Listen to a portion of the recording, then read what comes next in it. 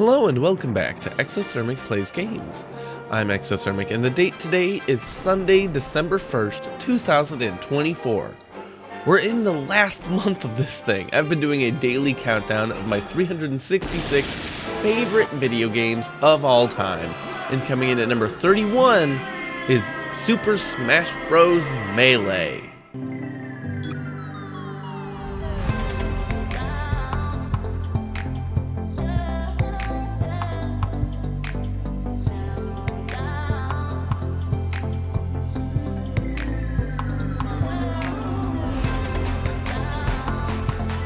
Melee is, in my actually not all that experienced and very much casual focused opinion, the greatest fighting game ever made.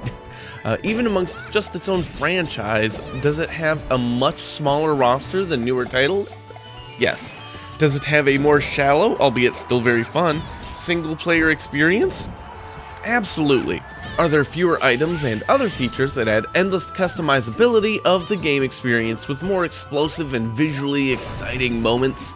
Oh, definitely. I mean, there's no Smash Ball in here, which is so fun.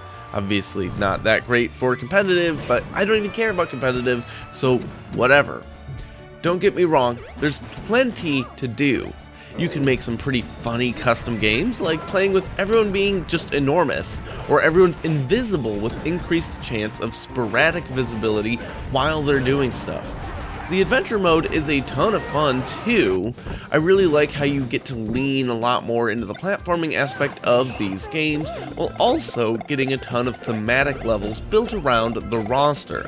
And while later games are much larger, the roster is obviously a step up from the first game, with a ton of new characters, and getting Mewtwo in there is super exciting.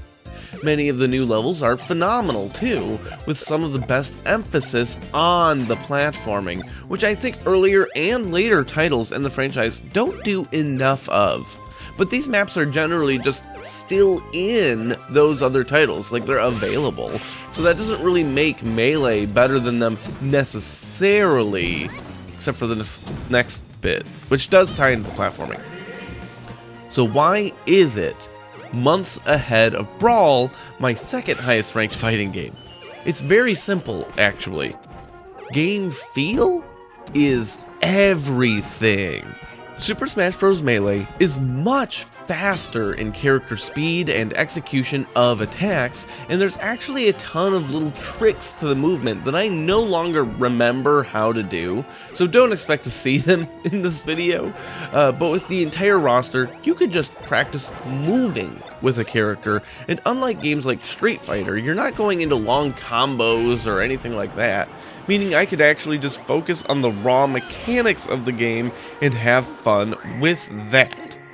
Don't get me wrong, I was never remotely competitive. I'm still not good at fighting games, I'm bad, but Melee was the one that, at least against the highest level computer opponents, I felt like I had the best chance against them, and not because the game was imbalanced or anything, but rather because the fundamentals were something I felt like I could actually practice and just get a good feel of the rhythm and flow of the game, but without just rote memorization of inputs.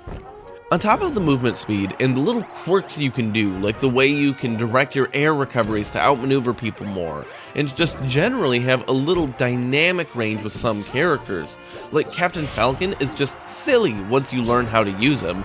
The game feels way less swingy as well. I feel like it takes a lot more damage to actually really launch characters, meaning that games tend to be a bit more of a slog in that regard, and you're not just trading haymakers for haymakers, making it a little more strategic, and like there's a lot more comeback potential if you just tighten up your play. It's hard to showcase just how different the game is than everything else without putting a controller in your hand, but once you feel the difference and get used to how characters move with Melee, it's hard to go back to the other games without just feeling like I'd, rather play Melee. But yeah, you can join me tomorrow as I talk about my 30th asterisk favorite game, where I'm well aware I'm putting a lot of faith into a very unfinished game.